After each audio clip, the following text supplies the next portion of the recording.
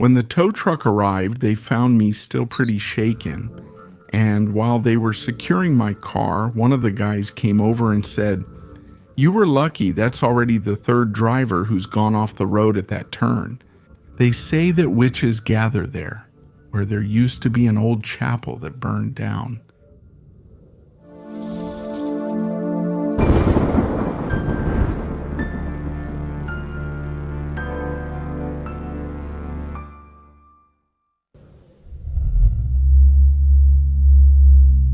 Good evening, community. Thank you for letting us reach you with the following stories, and thank you for being part of the best community on the internet.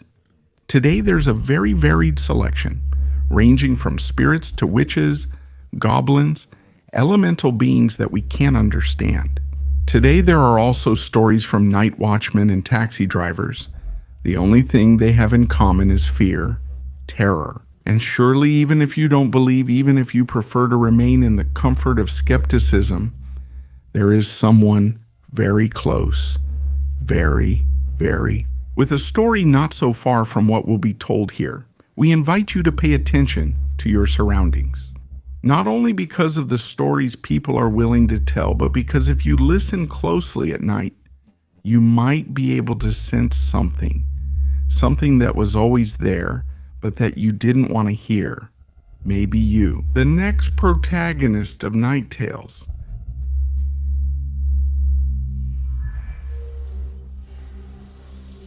Good evening, everyone. My name is Ricardo, and I'm originally from Ensenada, Baja California.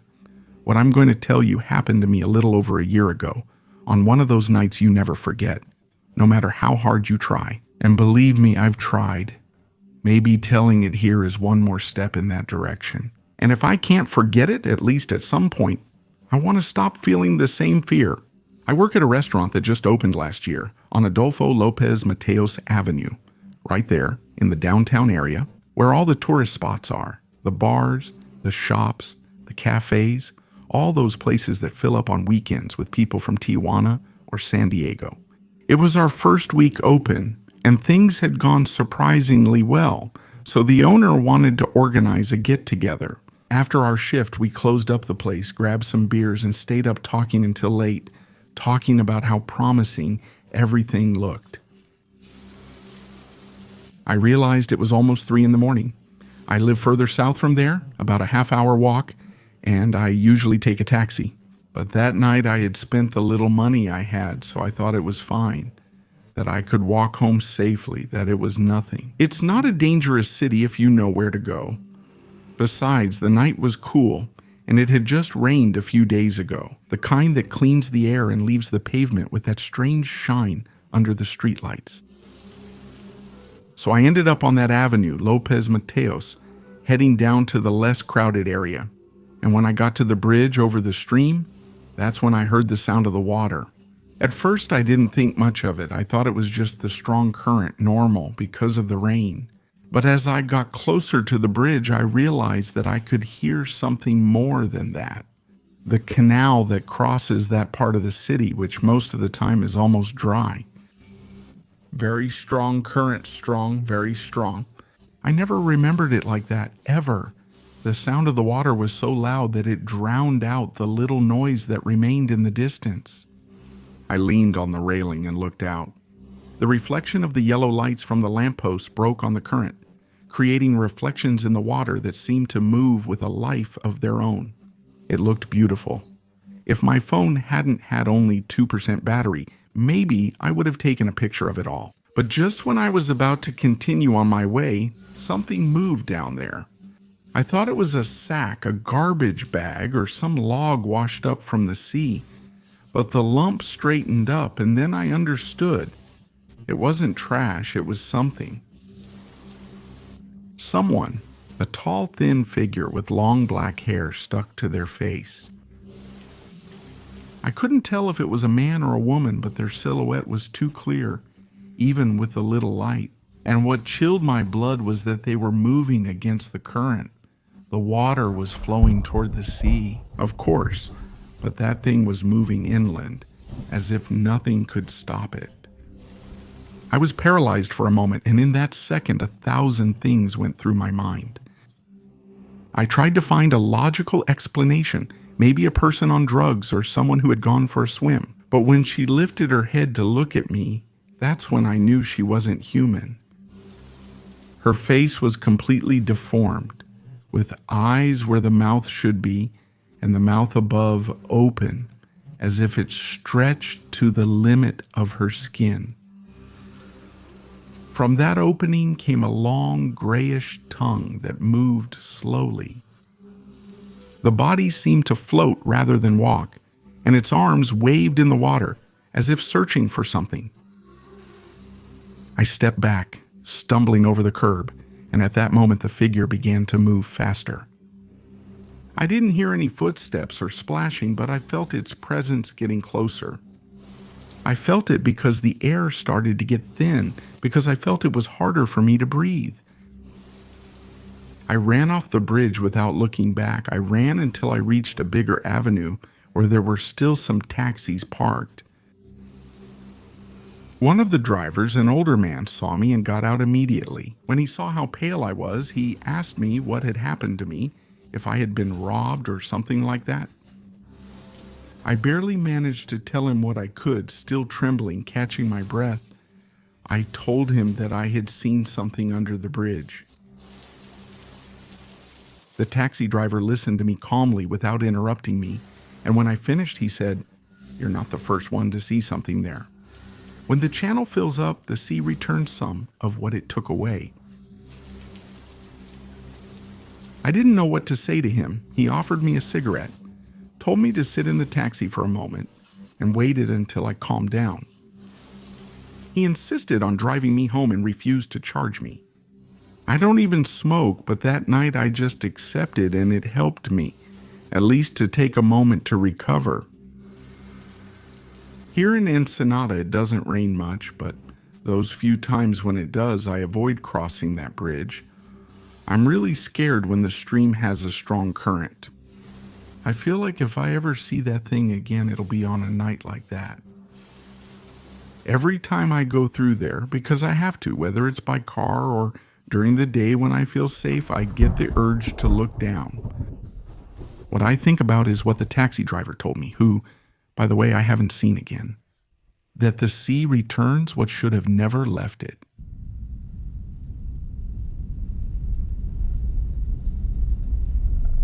Hello, Relatos de la Noche. I'm writing from Zacatecas, and here's my story. It happened several years ago when I was still living with my grandparents on a small ranch on the outskirts of the municipality of Beta Grande. The house was at the foot of a hill in an area where there are many abandoned mines, the tunnels left from the years of the mining boom. Since I was little, my grandmother used to say that the little ones lived in those caves, the ones who get angry if you bother their territory. Of course, I used to laugh. I thought they were just stories to keep me from wandering alone in the hills or straying far from the house. But one afternoon in March, they left me alone. My grandmother had gone to town and was at Mass. Not the Sunday one, the ones they made me go to during the week where only grandmothers go. The sun was already setting and I started sweeping the dirt patio. The air was cold. They say it kicks up dust and makes you bored. Anyway, if my grandmother didn't see me come back, at least knowing I had tried, she was going to scold me, so I kept at it.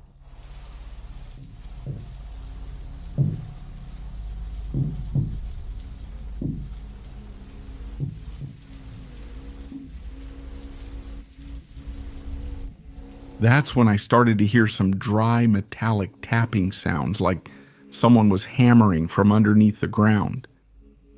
I thought it could be a machine in the distance, but the sound was very rhythmic, and it felt like someone was working right under my feet.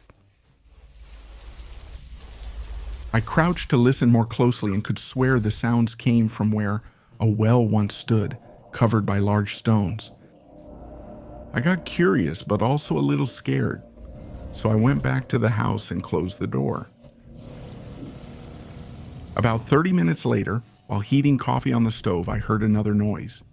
This time it was a very high-pitched, repetitive whistle, like a bird's song.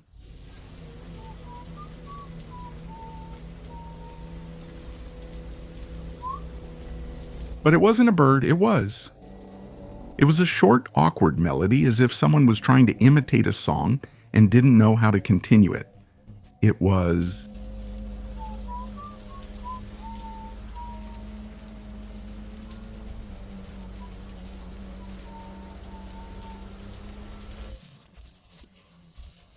to imitate. It was a short melody, as if someone was trying to imitate one, was it? With their crooked legs and long arms, their faces were blurry, a darkness that looked blurry. And even though they were far away, I felt like they were watching me.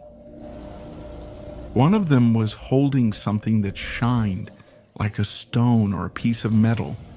And then I heard it, the same whistle, now closer. I turned off the stove and stood still. The figures started walking toward the house, slow, twisted, almost dragging their feet.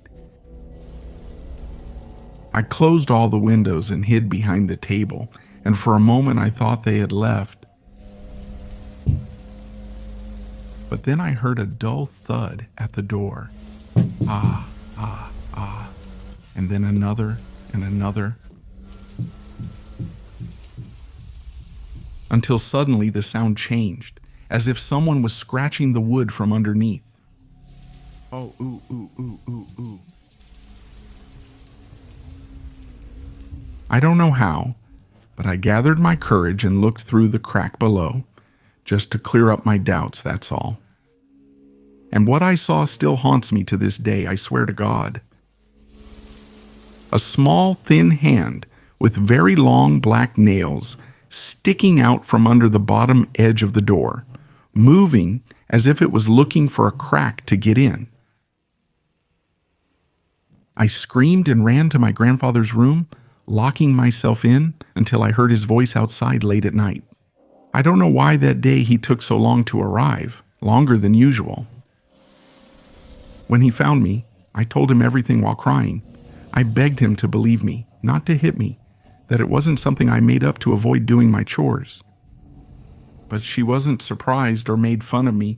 She lit a candle and said quietly, "I told you so. They're not bad, and you respect them, but don't look at them when they come out. Never look at them, because that makes them angry. That's why they get blurry. That happens when they realize you're watching them." The next day, my grandfather and I found the earth disturbed next to the covered well.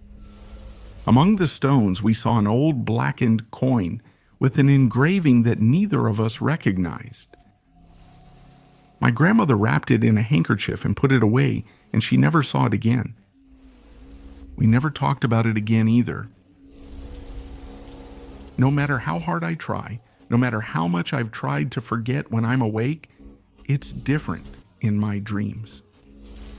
It happens much more often than I would like, even if I'm dreaming about something else, something completely unrelated.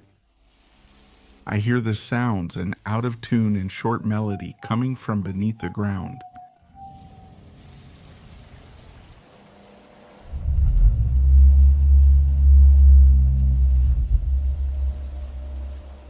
Community, thank you for making it to the middle of this episode, and remember that my book is now available in Chile and Spain. It was a very small print run over there. There are only a few copies. I feel like they might run out soon. Hopefully, so take the chance to get that special edition, printed right there in your countries. It's such a limited edition that I don't even have a copy yet, but I'd love to sign one at some point. I promise I'll be over there. Don't forget to send me your photos or your Instagram stories. Those of you who already have it, I'm keeping them with a lot of affection. The links to find your book are in the description of this episode. Remember, it's available in Mexico, the United States, Chile, and Spain. And after my usual commercial, sorry, but it still excites me a lot. Now it's time to continue because there are still stories. Very, very terrifying stories for tonight.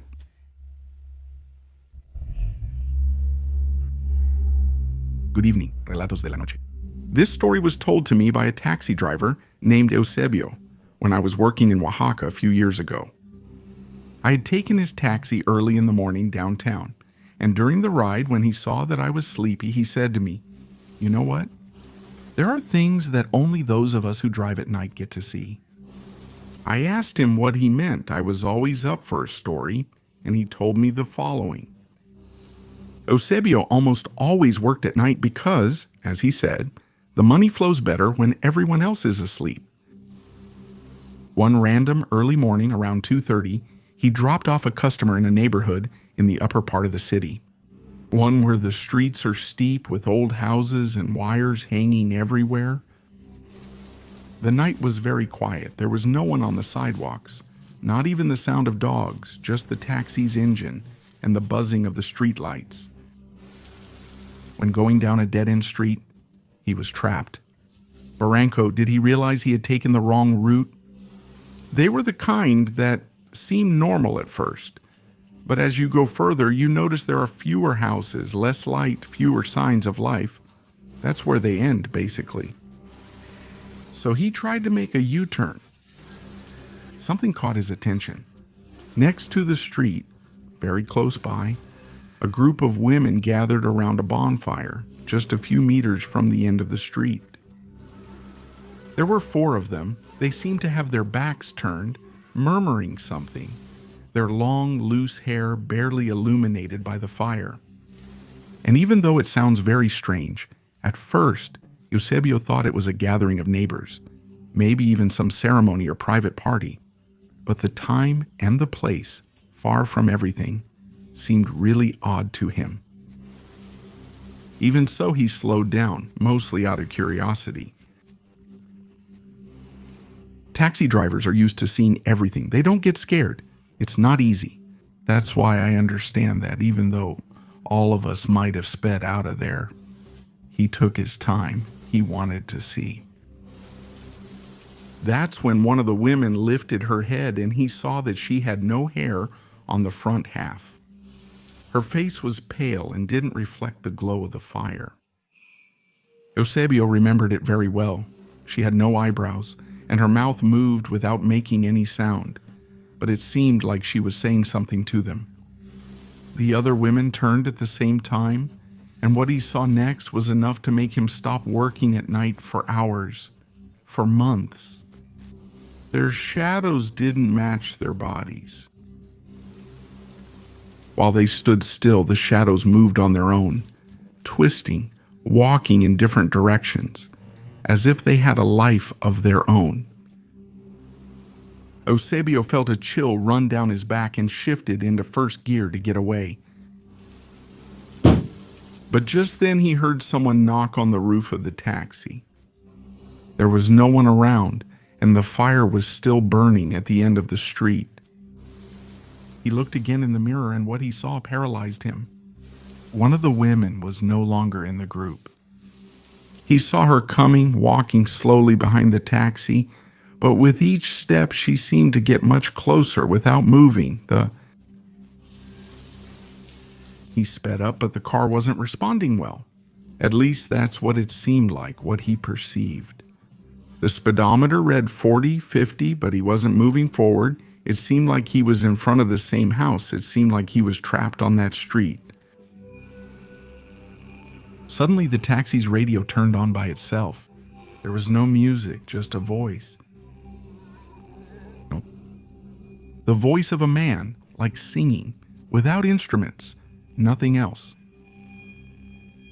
Just a man who sang in a language he knew was neither Spanish nor English. And in the middle of that noise, he heard voices, clear and soft, telling him, "Don't run. Don't take anything from us. You will come back. Don't run. Don't take anything from us. You will come back." He didn't even understand what that meant, but he heard them so close that the fear was so great that Eusebio let go of the steering wheel. That's when his taxi moved forward, went up onto the sidewalk, crashed into a pole, and the impact snapped him out of that kind of trance. Did he realize that he had actually moved down the street? When he came to, he realized everything was so empty that no one came out to see the crash. In the distance, he didn't see any fire or women, nothing. But even from there, although he was far from the ravine, the smell of extinguished fire was already filling his nose. He called the tow truck. It arrived just before dawn. The mechanic who came for him told him something that still makes him tremble whenever he repeats it. "Were you lucky, boss?" In that neighborhood, there have already been 3 drivers who have gone off the cliff there. He turns there. They say that witches gather there, where you can see an old chapel that burned down. Over time, Eusebio went back to work last night, but he never went back to that area. Even if they're expensive, he doesn't accept trips that go there. Buy?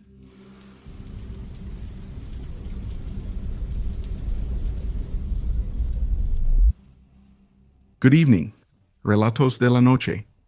I'm Armando from Durango, and I want to share something that happened years ago when I was a night watchman at a truck workshop outside the city. On the highway, in the name of God. At that time, I had just moved in with my brother, and he got me that little job. The place was huge, one of those that repair heavy trucks. There were old parts, piles of rusty iron, and a small wooden room where we guards slept. There were 2 of us back then because there had just been an incident. That's why the previous ones had left too, so we arrived at the same time. Another guy who was just 18 years old, and that first night he stayed with us until midnight. The manager, a very serious man, one of those who doesn't talk much, a ranchman like my dad. In fact, he reminded me a lot of him. He explained the routine to us, the rounds, the areas where we had to check the locks, and at the end, he told us something that seemed strange to me. If you hear a dog at night but don't see it, don't go out, close the door, and just go to sleep. We asked him if there was any dangerous dog on the property, and he said no, none at all. Then he said that if we saw one, it definitely wasn't his. It seemed strange to us, but we almost forgot about it until our 3rd night. There, around 3 a.m., when the cold started to feel stronger, we heard something walking outside the cabin.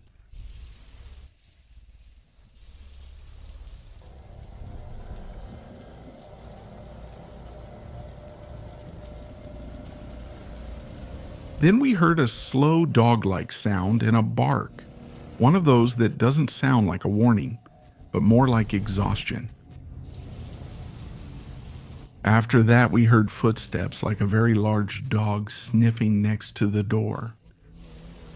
We looked at each other without saying anything, and that's when we remembered what the boss had said.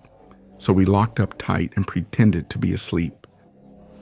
The noise lasted for a while, just a little, and then it went away. And even though it was just a dog, there was something very strange about the tone of that sound, as if there was sadness rather than aggression. The next day at dawn, just before we left, we saw a stray dog walk in front of the workshop. It was very skinny, its ribs showing, and the little fur it had was covered in dust. When I tried to call him to give him some food, Burrito, who had stayed with me, looked at me with fear and ran away, as if all he knew of humans was being kicked or having stones thrown to drive him off. There are many dogs who only know us that way. I felt sorry for him and left him some food. The manager arrived, and when he saw him, he said, "No, don't even think that's the one you heard last night. But if this one comes closer, let him stay." And then, almost without looking at us, he added, "Maybe this one will show you why you shouldn't pay attention to what's wandering around here." And the little dog stayed. First it approached the door, and then it dared to come in. Was hunger stronger than fear? We named him Miguel so he would protect us, just like the archangel, or so we thought. During the day, he would sleep under a trailer, and at night we let him in because the cold was harsh, and the poor thing didn't have any fur to protect him. And there he would lie down in front of the door, as if he really understood his job, as if he was the one taking care of us. One early morning, when the wind was blowing really hard, we heard the same sound again, something like a dog outside. It wasn't Miguel, it was the other one. It was a deep, heavy sound, echoing throughout the yard. Miguel got up right away, arched his back, and stood in front of the door. He was shaking with fear, but he stayed in front of us. You? Suddenly, we heard something big fall onto the roof. The metal sheets shook. Miguel started growling so low it almost sounded like he was praying, and we didn't even breathe. Right above us, we heard something walking slowly, almost dragging its feet.